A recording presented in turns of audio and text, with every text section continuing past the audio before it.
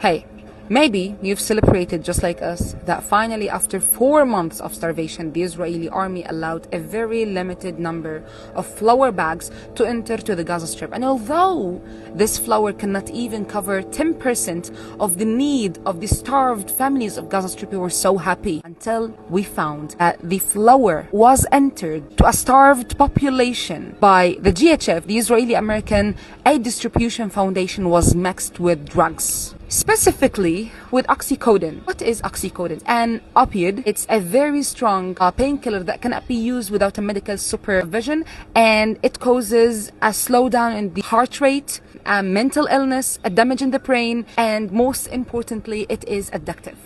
Now, drugs have been the ultimate way to demolish, to destroy any people for colonizers over history.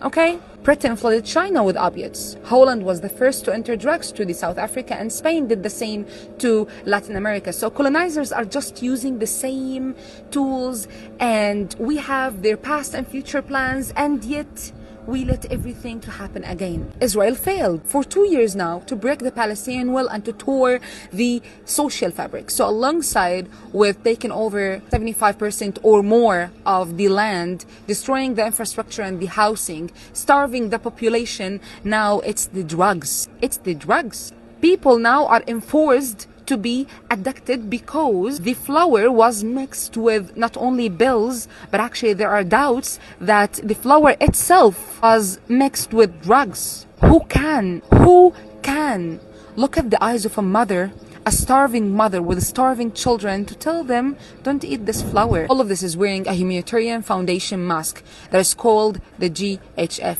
that was surprisingly established only weeks before the Israeli army decides to close the borders of Gaza Strip to prevent any aids from entering to the INGOs in Gaza Strip in the 1st of March 2025.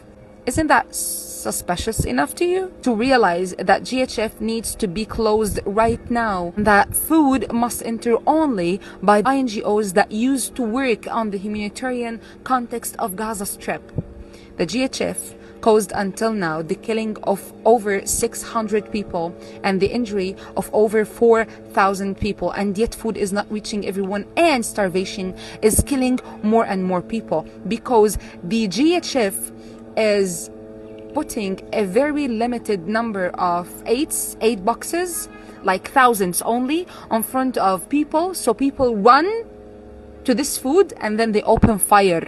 Not only fire, also artillery shelling. So it's not only gunfire. And talking about running to food, how a Palestinian who is addicted to oxycodone must run to find food, to escape the bombing, or even to survive his day?